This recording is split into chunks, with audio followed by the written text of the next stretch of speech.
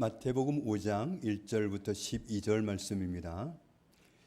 예수께서 무리를 보시고 산에 올라가 앉으시니 제자들이 나아온지라 입을 열어 가르쳐 이르시되 심령이 가난한 자는 복이 있나니 천국이 그들의 것이며 애통하는 자는 복이 있나니 그들이 위로를 받을 것이며 온유한 자는 복이 있나니 그들이 땅을 기업으로 받을 것이며 의에 줄이고 목마른 자는 복이 있나니 그들이 배부를 것이며 긍휼히 여기는 자는 복이 있나니 그들이 긍휼히 여김을 받을 것이며 마음이 청결한 자는 복이 있나니 그들이 하나님을 볼 것이며 화평하게 하는 자는 복이 있나니 그들이 하나님의 아들이라 일컬음을 받을 것이며 의를 위하여 박해를 받은 자는 복이 있나니 천국이 그들의 것임이라.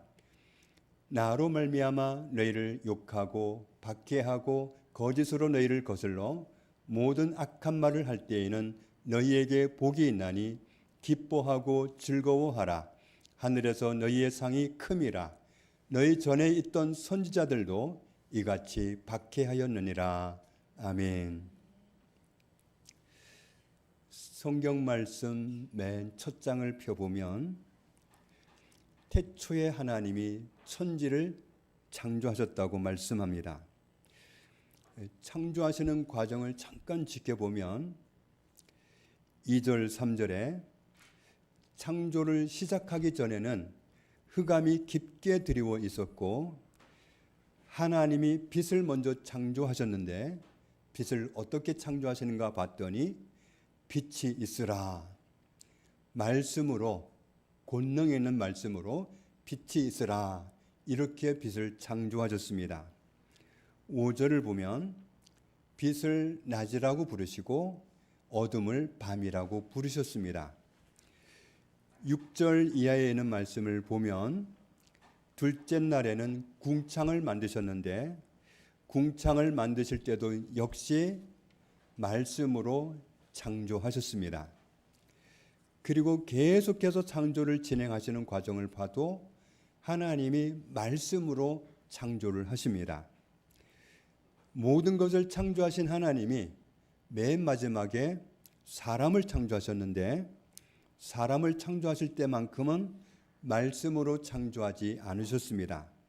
뿐만 아니라 사람을 창조하실 때는 특별한 의미를 부여하시고 특별하게 창조하신 것을 볼 수 있는데 26절 이하에 있는 말씀을 보면 하나님이 이르시되 우리의 형상을 따라 우리의 모양대로 하나님의 모양대로 우리가 사람을 만들고 그들로 지금까지 만들어 놓으신 바다의 물고기와 하늘의 새와 가축과 온 땅과 땅에 기는 모든 것을 다스리게 하자 하시고 하나님이 자기 형상 곧 하나님의 형상대로 사람을 창조하시되 남자만이 아니라 여자까지도 하나님의 형상대로 창조하시고 하나님이 그들에게 복을 주시며 하나님이 그들에게 이르시되 생육하고 번성하여 하나님이 만들어 놓으신 땅에 충만하라.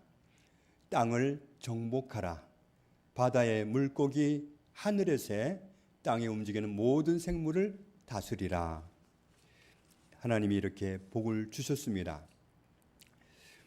결국은 말씀을 잘 살펴보면 하나님은 만물을 창조하셨어도 그 모든 것이 우리를 위해서 창조하셨다는 사실을 알 수 있습니다.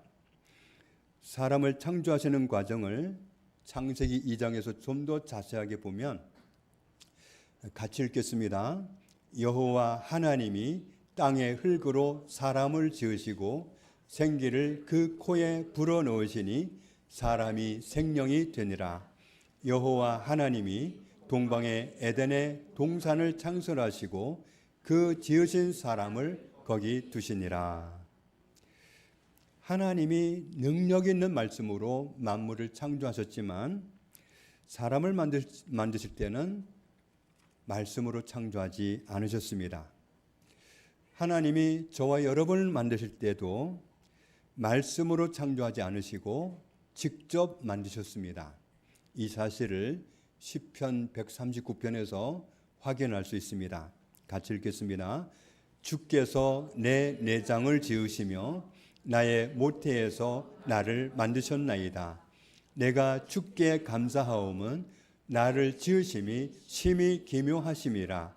주께서 하시는 일이 기이함을 내 영혼이 잘 아나이다. 아멘.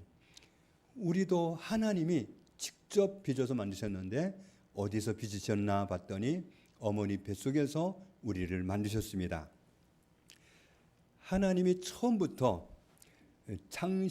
창조하고자 하신 것은 하나님의 나라입니다.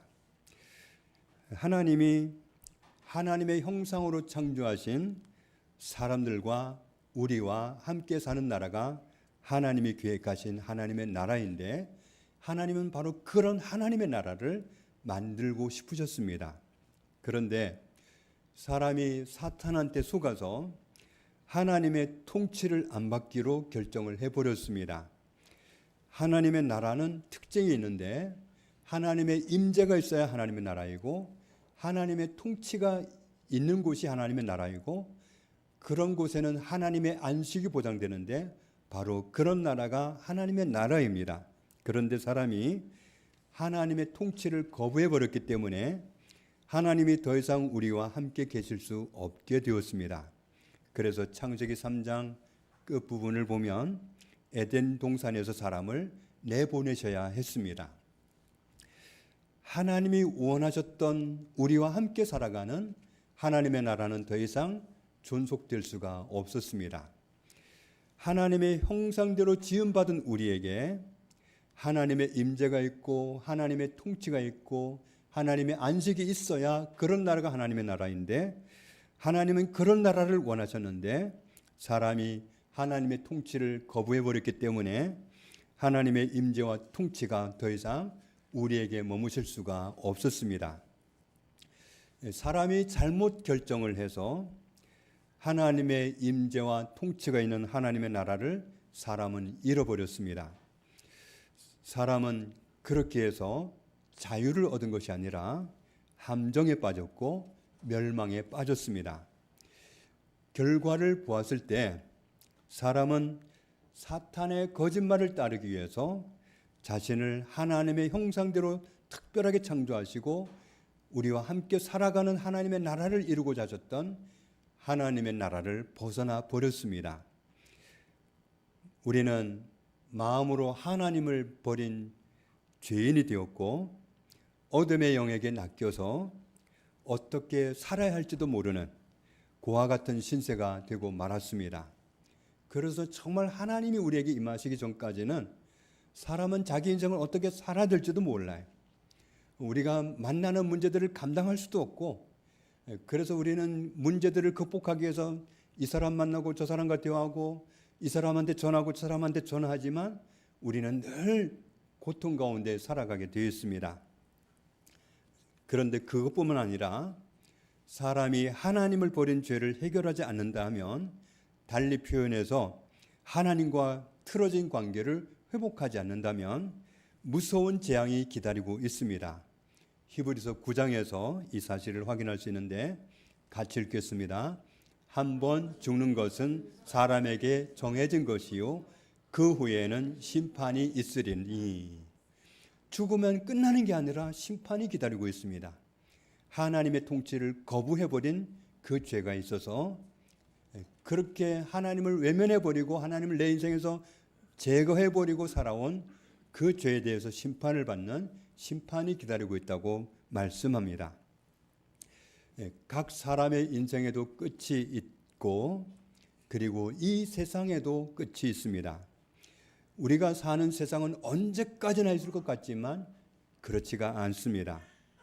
이 세상이 조만간 끝이 나겠구나, 이 세상에 종말이 오겠구나 하는 사실은 우리가 가면 갈수록 많이 발견하고 있죠.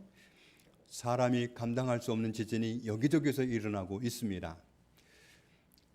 하마스가 일으킨 전쟁의 불똥이 어디로 튈지, 어디까지 번질지 알 수가 없고 도대체 그 전쟁의 불씨는 사그라들기나 할런지, 러시아와 우크라이나의 전쟁은 끝이 있을지, 북한의 김정은도 전쟁을 일으켜보겠다고 날마다 막말을 쏟아내고 있는데 도대체 이 세상은 끝이 날 수밖에 없는 그런 상황으로 치닫고 있다는 사실을 인정하지 않을래야 인정하지 않을 수가 없습니다.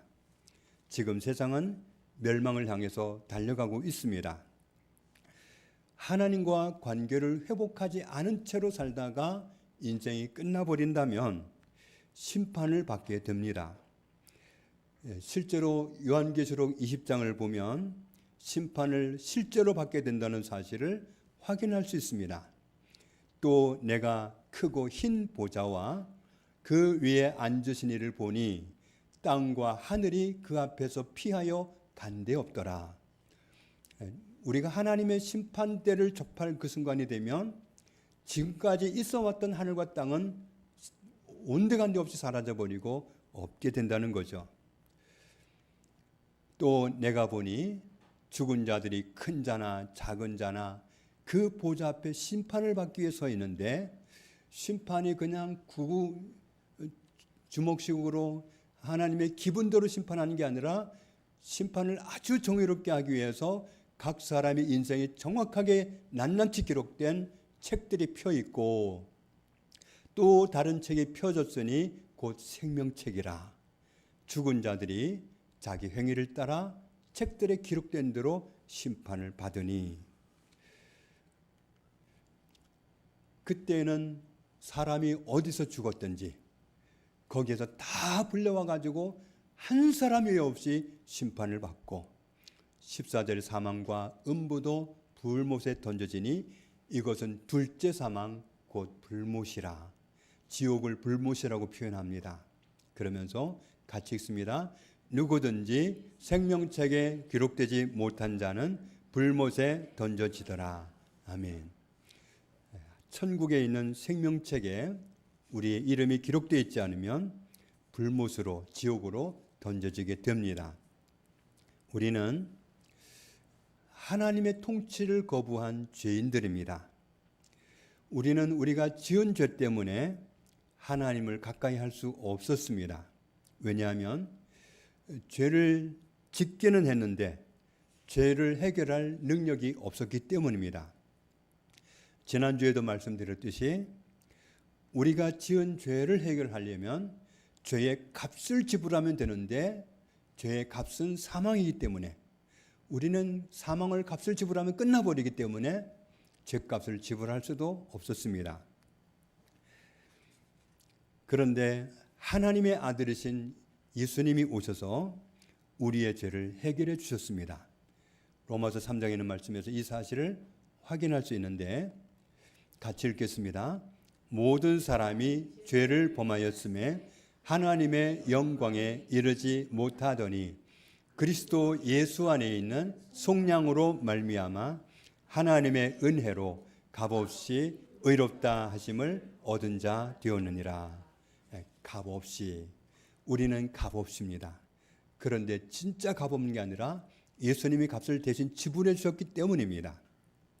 하나님이 이런 방법으로 우리를 구원해 주시리라는 것은 창세기 3장 15절부터 시작해서 계속해서 말씀해 오신 내용입니다. 이 말씀은 하나님께서 하나님의 형상대로 창조하신 우리 사람들을 구원하셔서 하나님의 나라를 다시 세우시겠다는 선언의 말씀입니다. 그래서 하나님이 하나님의 나라를 다시 세우기 위해서 찾아왔던 사람들이 아브라함이고 이삭이고 야곱이고 다윗이고 우리입니다. 그러면서 그들에게 끊임없이 약속하셨던 언약의 내용이 뭐냐면 내가 너와 함께하고 너의 자손들과 함께하겠다. 내가 너와 너의 자손들을 통해서 세상 모든 민족이 복을 받게 하겠다. 세상 모든 민족이 복을 받는 그 복은 하나님의 나라를 회복하는 겁니다.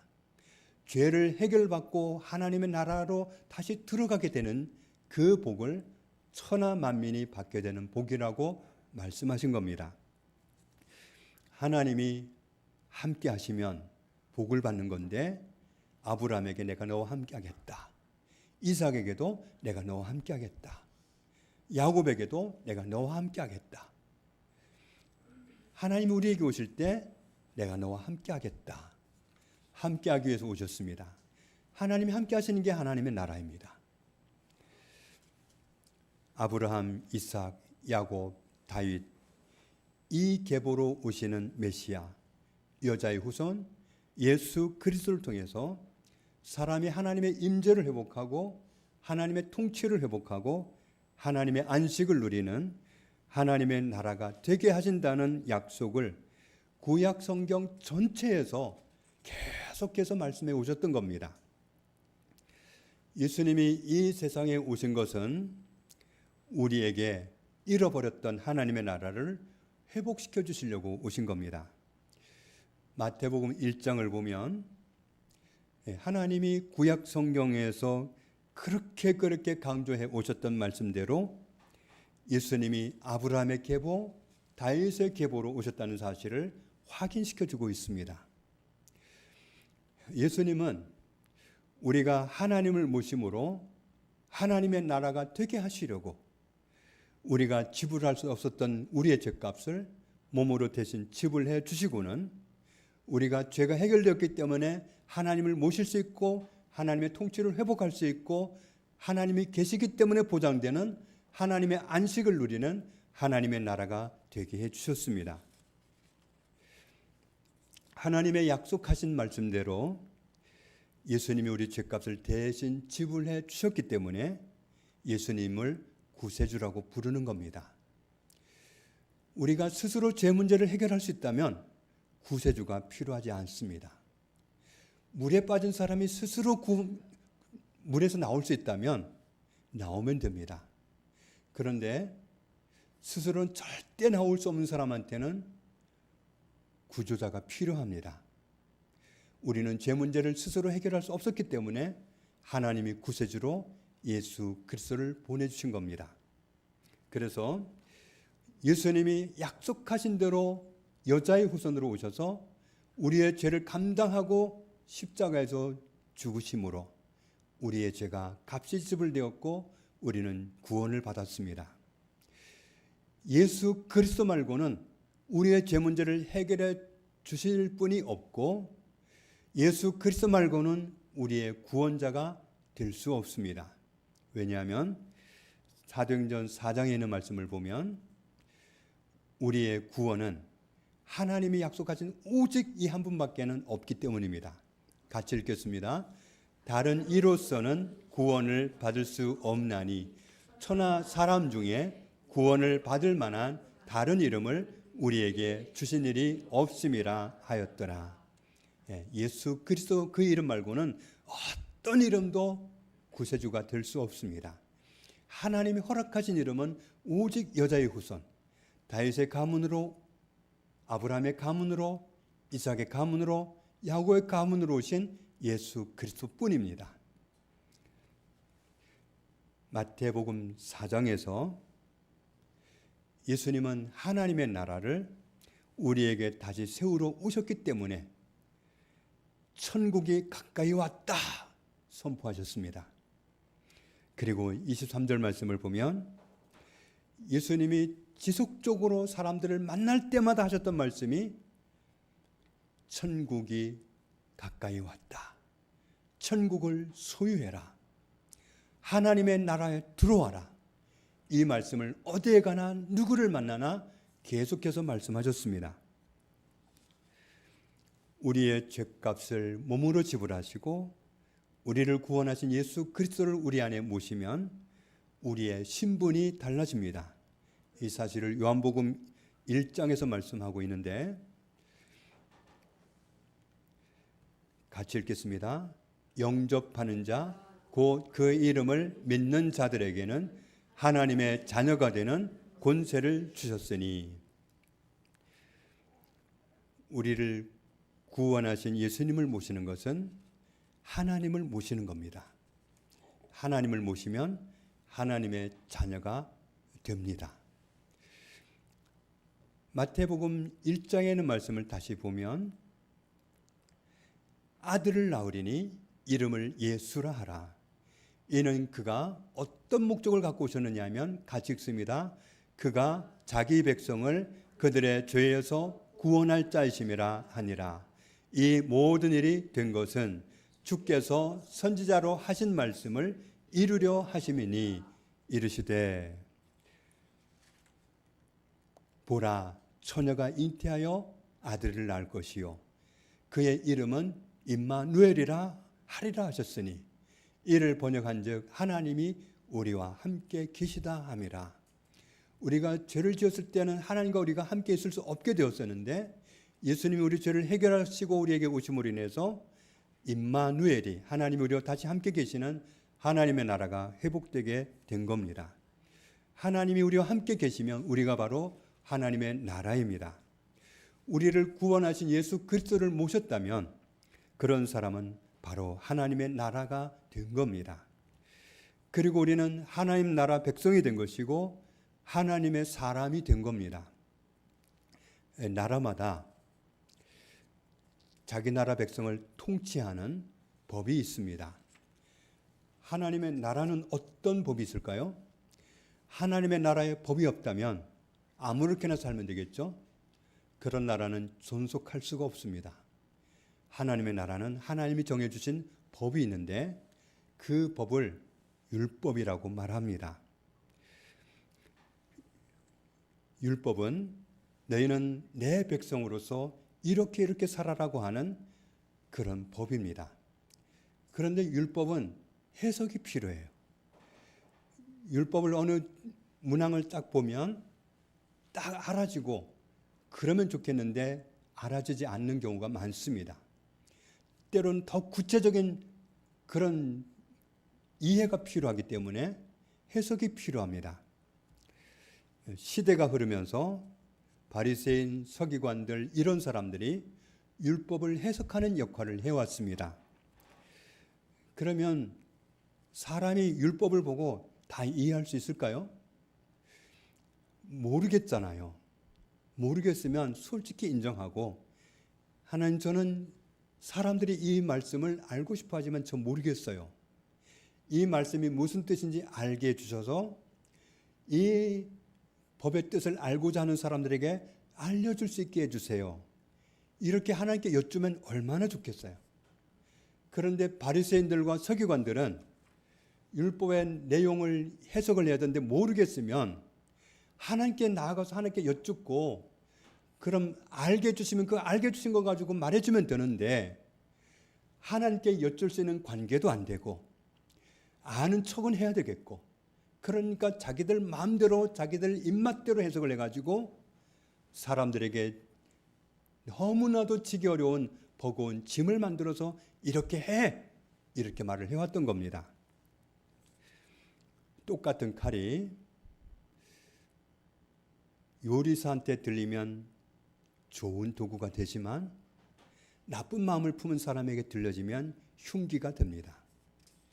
율법도 선한 뜻을 가진 사람에게는 정말 하나님 말씀대로 살고자 하는 그런 열망을 가진 사람에게는 은혜가 되지만 율법을 아무렇게나 해석해가지고 사람들에게 아는 척이나 하고 그래서 이렇게 살아라 자꾸 무거운 짐을 지우는 사람들에게는 율법이 좋은 도구가 못 됩니다.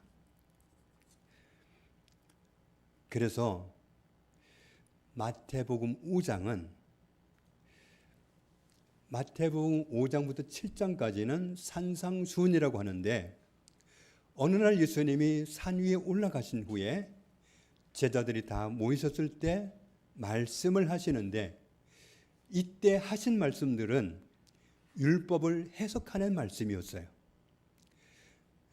그래서 이 마태복음 5장부터 7장까지 율법이 정확하게 무슨 뜻인지를 해석해서 말씀해 주시면서 하나님의 사람은 하나님께 속한 사람은 이렇게 살아야 된다 하는 것을 알게 해 주신 말씀이 바로 산상수훈의 내용입니다. 특별히 오늘 마태복음 5장 1절부터 12절까지의 내용은 율법이 근본적으로 처음에 만들어질 때 어떤 의도를 가지고 만들어졌는지, 어떤 의도가 담겨 있는지 율법에 만들어진 의도를 알려주는 말씀이 마태복음 5장 1절부터 12절의 말씀입니다. 하나님의 율법은 이런 의도로 만들어졌으니까 너희는 하나님의 사람으로서, 하나님의 백성으로서 이런 의도를 가지고 살아라. 하나님이 이런 의도를 갖고 법을 만드셨던 것처럼 너희도 하나님의 백성이니까, 하나님의 사람이니까 이런 의도를 지니고 살아라. 이 말씀을 주신 것이 바로 오늘 말씀입니다. 그리고 결론부터 말씀을 드리면, 오늘 말씀의 내용들은 한마디로 말하면 하나님의 성품을 드러내는 말씀들입니다. 여기에 있는 모든 내용들은 하나님의 성품이 이런 겁니다. 먼저 3절 말씀을 보면 같이 읽겠습니다. 심령이 가난한 자는 복이 있나니 천국이 그들의 것이미요. 심령이 그랬는데, 심령은 속사람을 말합니다. 그런데 가난하다 그랬는데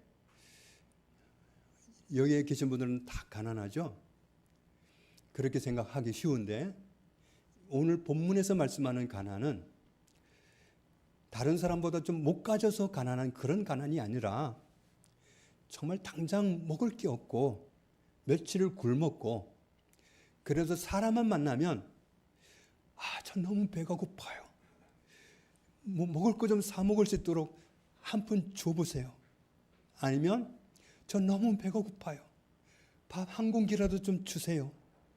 이 말을 할 수밖에 없는, 너무너무 배가 고파서 너무너무 힘들어서 정말 먹어본 지가 오래돼가지고 저 먹을 거 좀 주세요 하고 참을 수 있는 게 아니라 말할 수밖에 없는 그런 뼈저린 가난을 여기서 가난이라고 말씀합니다.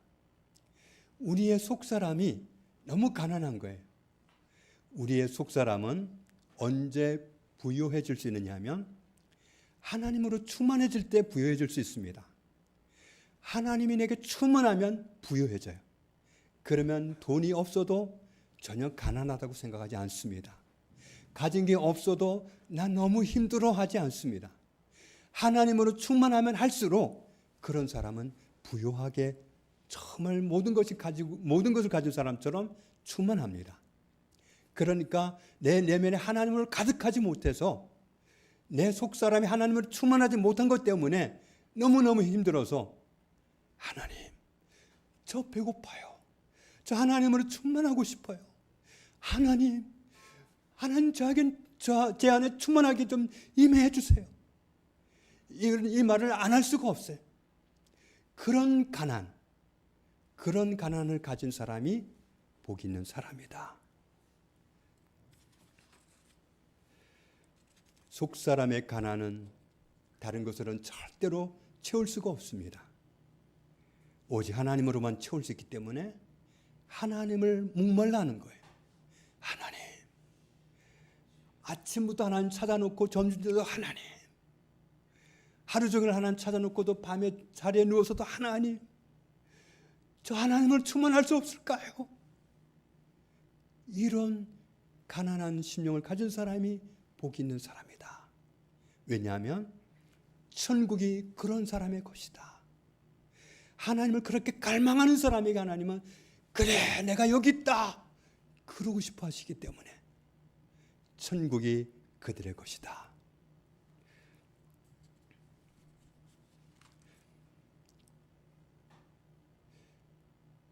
사절 말씀을 보면 같이 읽습니다. 애통하는 자는 복이 있나니 그들이 위로를 받을 것이며. 애통한다는 건 슬퍼하는 그런 뜻입니다. 누가복음에서는 이 말씀을 우는 사람으로 해석을 했습니다. 우는 사람입니다.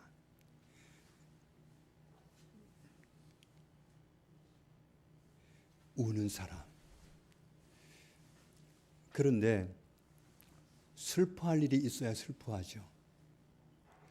울 일이 있어야 울지요.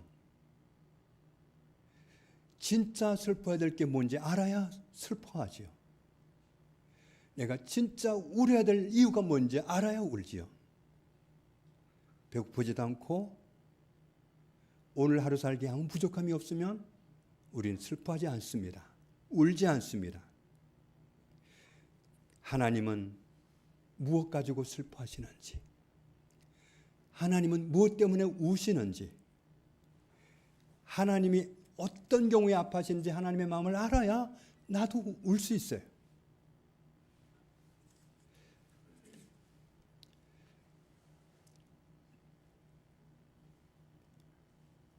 누가복음 23장에 있는 말씀을 보면 예수님이 십자가에 못 박히기 위해서 끌려가고 계실 때 여인들이 가슴을 치면서 슬프게 울면서 따라갔습니다.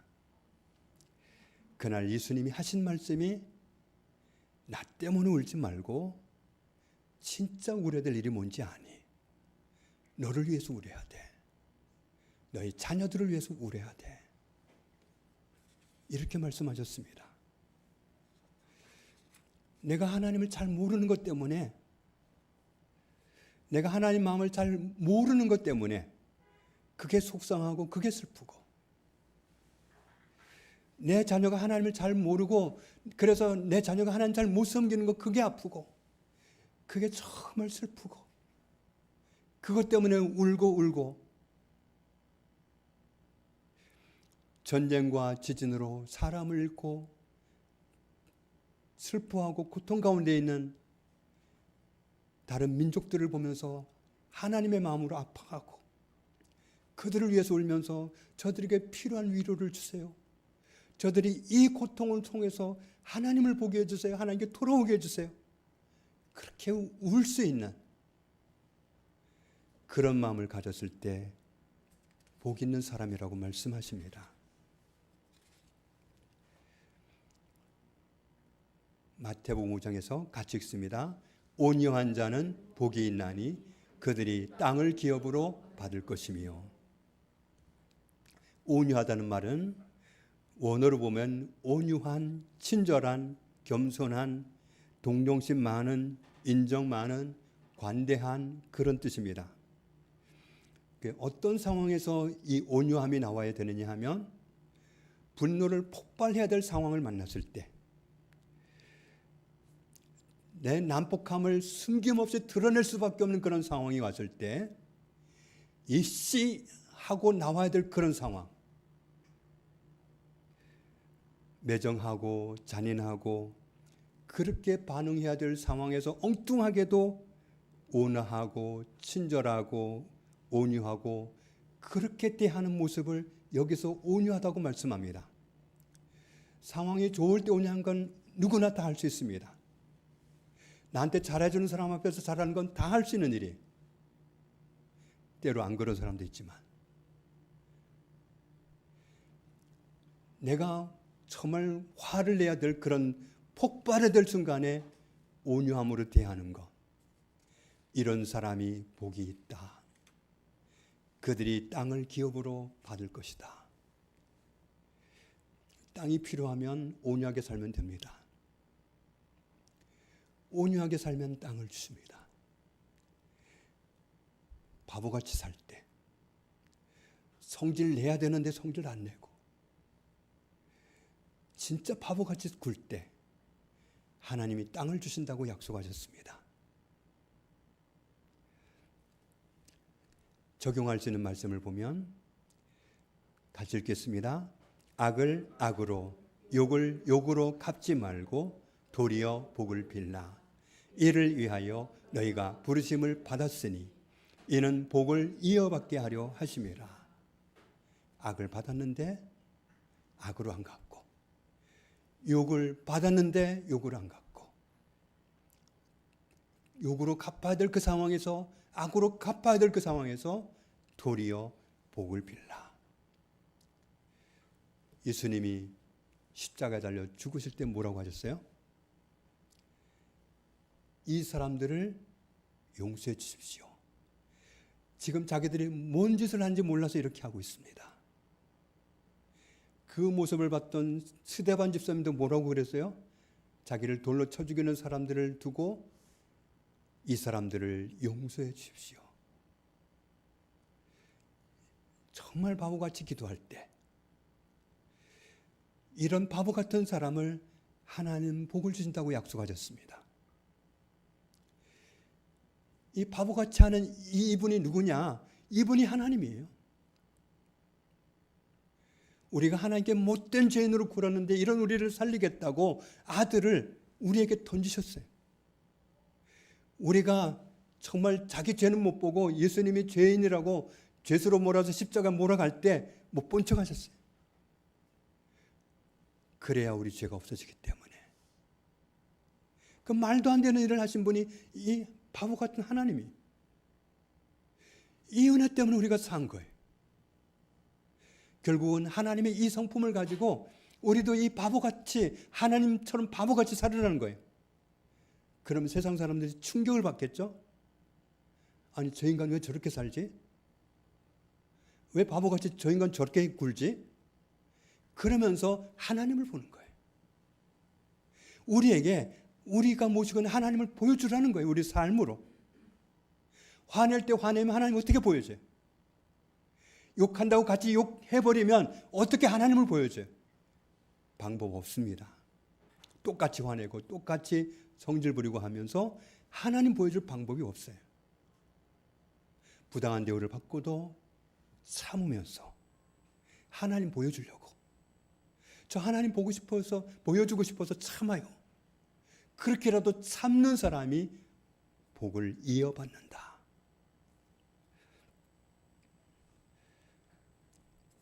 다음 복을 보겠습니다. 같이 읽습니다.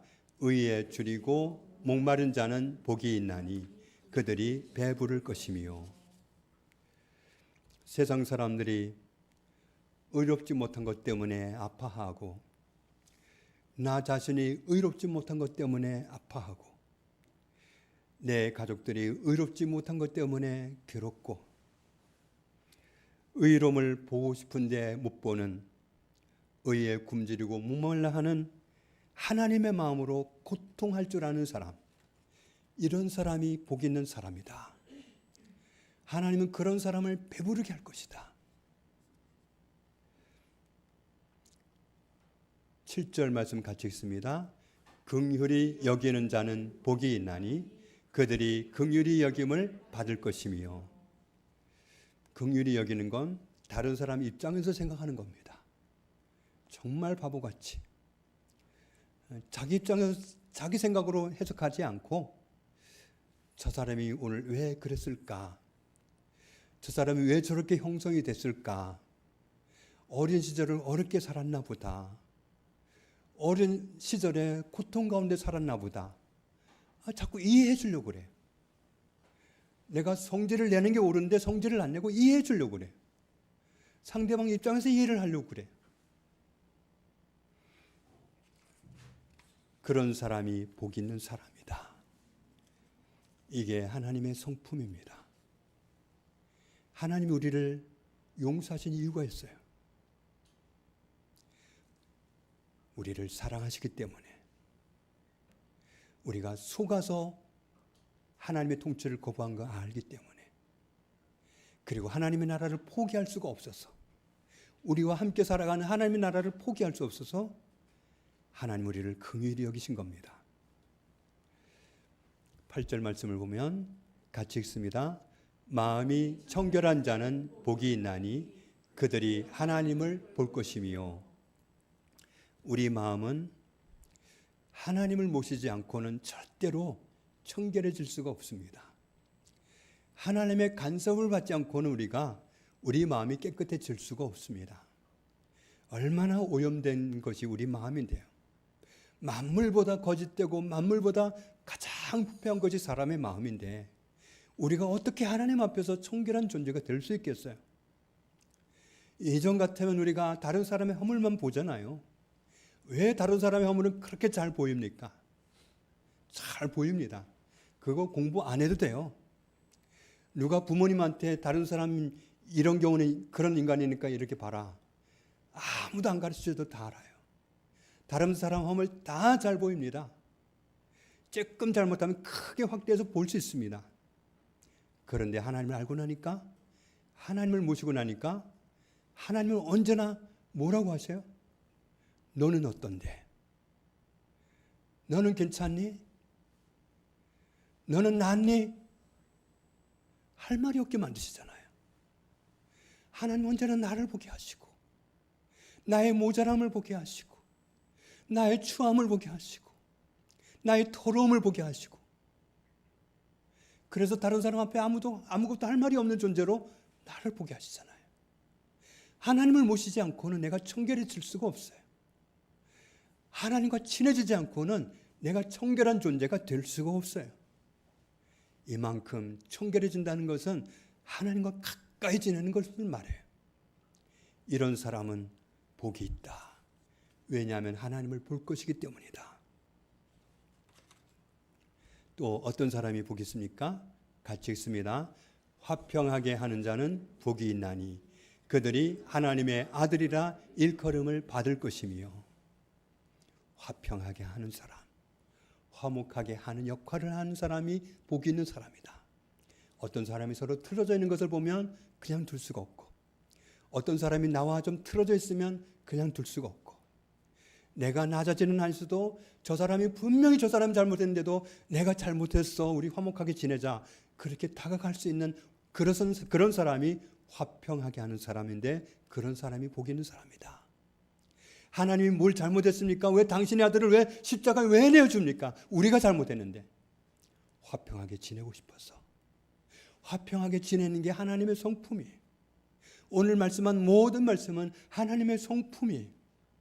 하나님의 사람이 되었으니까 너희도 내 성품을 가지고 이렇게 살아달라고 말씀하시면서, 그럴 때 너는 복 있는 사람이 된다고 말씀하시는 겁니다.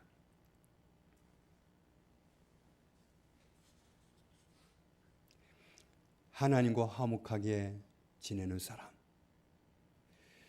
다른 모든 사람과 화목하게 지내는 사람, 그것이 늘 목표가 되어 있는 사람은 어떤 사람이냐면 그들이 하나님의 아들이라 일컬음을 받을 것이며, 그런 사람이 하나님의 아들이다. 하나님처럼 하는 사람이 하나님의 아들이다. 하나님을 모셨지만 삶의 방식은 내 방식대로 고집하는 것이 하나님의 사람들이 살아갈 삶의 태도가 아니라, 하나님의 사람들은 하나님의 성품을 지니고 하나님이 사시는 것처럼 똑같이 살아갈 때 그것이 하나님의 사람들이다. 이 사실을 오늘 본문을 통해서 우리에게 말씀하고 계십니다. 10절 말씀 같이 읽습니다. 의를 위하여 박해를 받은 자는 복이 있나니 천국이 그들의 것임이라. 죄를 안 지으려고 하는 이유가 뭡니까? 욕 잘하던 사람이 왜 욕을 끊습니까? 도둑질 하던 사람이 도둑질 좀 할 줄 아는 사람이 왜 도둑질을 끊습니까?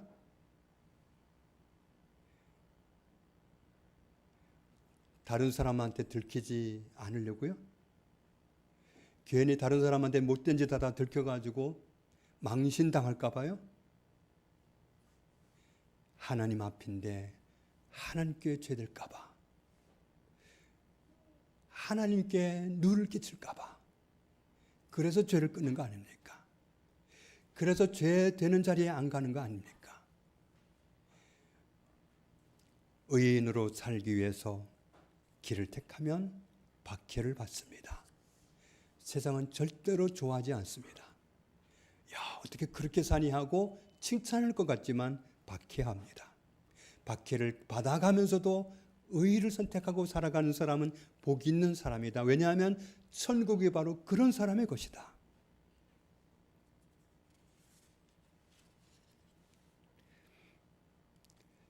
(11절) (12절을) 보면 하나님의 사람으로 살려고 하다 보니 박해가 옵니다. 그럼에도 불구하고 여전히 하나님의 성품을 지니고 하나님이 기뻐하는 사람으로 사는 사람이 하나님의 사람입니다. 오늘 5절에서 말씀하신 대로 온유한 성품을 가지고 하나님의 이 성품을 가지고 사는 것, 쉽지는 않지만 하나님의 온유한 성품을 가지고 나도 그렇게 살아가는 사람. 7절에서 말씀한 대로 내 입장에서 이해하지 않고 상대방 입장에서 이해하려고 하고 긍휼히 여기면서 살아가는 사람. 쉽지는 않지만 하나님의 성품을 지니고 그렇게 살아가는 사람. 9절에 말씀한 대로 화평하게 하는 그런 역할을 하면서 살아가는 사람. 다른 사람 보기에, 이 세상 사람이 보기에 바보같이 굴면서 사는 사람. 이렇게 살으라고 하나님이 오늘 우리에게 말씀하셨습니다. 너희가 하나님의 사람 아니냐? 나는 이런 성품을 가졌는데 너는 내 성품을 가지고 이렇게 살아다오 부탁하시는 말씀이 오늘 말씀입니다. 왜 이런 부탁을 하실까요? 모든 사람이 하나님의 형상으로 지어졌고 모든 사람이 하나님께는 소중합니다. 하나님은 모든 사람을 다 구원하고 싶어 합니다. 그러려면 누군가가 하나님을 보여줘야 됩니다. 누군가가 하나님의 성품을 보여줘야 됩니다. 누가 보여주겠습니까? 세상 사람이 보여줄 수는 없잖아요. 우리 하나님의 사람이 하나님의 성품을 보여줘야 되잖아요. 세상 사람 그 어떤 사람도 멸망하지 않고 다 구원받기 원하시는 하나님이 우리에게 이렇게 살라고 하시는 것은 우리가 이렇게 삶으로 인해서 우리 안에 계시는 하나님을 보여줌으로써 그들이 하나님의 나라가 되게 하시려는, 우리뿐만 아니라 나뿐만 아니라 세상 모든 사람이 다 그렇게 하나님을 모신 하나님의 나라가 되게 하시려는 그 소원을 이루고 싶어서 그럽니다. 그러니까 이 세상에는 모든 하나님의 형상으로 지어진 모든 사람은 다 하나님이 지으신 사람들이고 하나님이 사랑하는 사람들이고 그들도 다 하나님의 나라를 이루고 싶어하는 하나님의 사람들입니다. 사실 하나님의 형상대로 지어진 모든 사람은 하나님의 자녀들입니다. 두 종류의 하나님의 사람들이 이 세상에는 있습니다. 돌아온 하나님의 자녀가 있고 아직 돌아오지 못한 하나님의 자녀가 있습니다. 오늘 이 말씀을 보면 하나님이 우리를 얼마나 사랑하는지도 알 수 있고 아직 우리 곁에 와 있지 않은 세상에 있는 사람들 모든 사람을 하나님이 얼마나 사랑하시는지 알 수 있습니다. 다 하나님의 나라로 삼고 싶어서 우리에게 하나님을 좀 보여달라고 내 성품을 가지고 살아달라 하시는 말씀이 오늘 말씀입니다.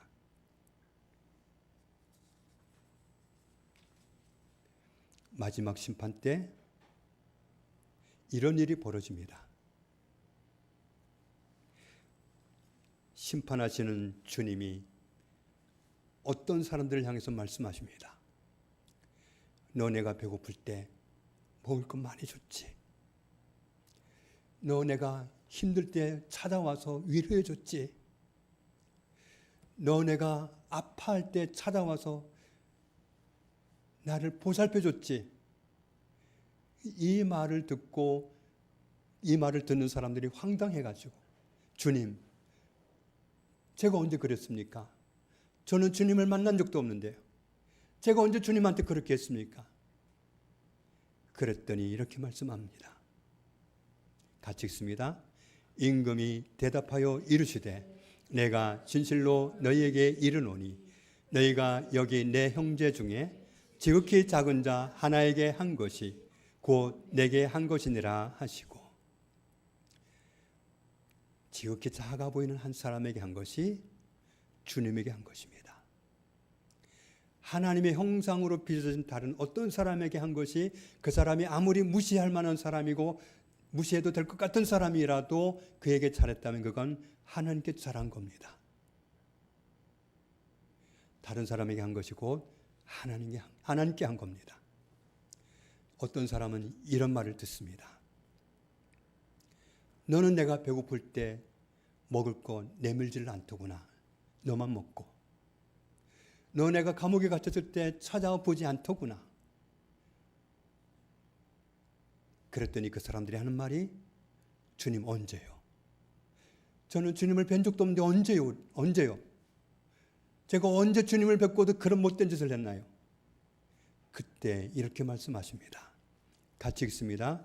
이에 임금이 대답하여 이르시되 내가 진실로 너희에게 이르노니 이 지극히 작은 자 하나에게 하지 아니한 것이 곧 내게 하지 아니한 것이니라 하시리니. 하나님의 형상대로 지어진 사람은 다 하나님이 사랑하는 사람들입니다. 다 불러다가 하나님의 나라 삼고 싶어하는 소중한 사람들입니다. 그래서 다른 어떤 사람에게 한 것이 하나님에게 한 것입니다. 다른 어떤 사람에게 안 한 것이 하나님에게 안 한 것입니다. 하나님의 성품을 가지고 하나님이 바보같이 그랬던 것처럼 우리도 바보같이 그렇게 살아갈 때 그런 사람은 복이 있는 사람이다. 의도가 뭐기 때문에 그래요? 하나님이 찾으시는 사람으로 하여금 하나님을 포기하려고. 그래서 참는 거예요. 그래서 욕해도 되지만 안 하는 거예요. 그래서 성깔 부려도 되는데 참는 거예요. 손해 엄청 보는 거예요. 정말 바보같이 구는 이유가 하나님 드러내 주려고 그러는 거예요. 하나님이 그 사람 찾으신다는 걸 내가 그렇게라도 보여주려고, 나타내려고, 전달하려고 그렇게 하는 거예요. 이렇게 사는 사람이 복이 있는 사람이다. 하나님의 은혜로 하나님의 사람 된 우리가 하나님의 성품을 가지고 하나님이 기뻐하시는 삶을 살아갈 때 그런 사람이 복이 있는 사람입니다. 율법이 만들어진 정말 근본 정신이 이런 하나님의 성품에서 나왔습니다. 이런 성품을 가지고 살아갈 때 우리는 하나님을 기쁘시게 하는 하나님의 사람들이 됩니다. 저와 여러분들이 진짜 인정받을 하나님의 사람들로 살아갈 수 있기를 주님의 이름으로 축복합니다. 아버지 감사합니다. 하나님을 거역한 우리 같은 죄인들을 예수 그리스도를 통해서 구원해 주시고 다시금 약속하신 언약의 말씀대로 하나님의 나라로 불러주시는 은혜 감사합니다. 하나님의 사람들로 삼아주시는 은혜 감사합니다. 은혜로 하나님의 사람 되었으니 하나님의 성품을 가지고 하나님처럼 살아가라 하신 오늘의 말씀을 밝히 알아듣게 해주시고 우리가 하나님의 사람들로 초신하며 살아가게 해 주옵소서. 그래서 하나님이 찾으시는 사람들에게 이 성품 가진 하나님을 드러내고 보여줄 수 있는, 그래서 한 사람이라도 더 불러서 하나님의 나라 삼기 원하시는 하나님의 소원이 성취되는데 역할을 하는 그런 우리의 삶이 되게 하여 주옵소서. 이로써 하나님을 기쁘시게 하는 사람, 하나님이 복 주시는 사람으로 살아갈 수 있는 저희들 다 되게 하여 주옵소서. 예수님의 이름으로 기도합니다. 아멘.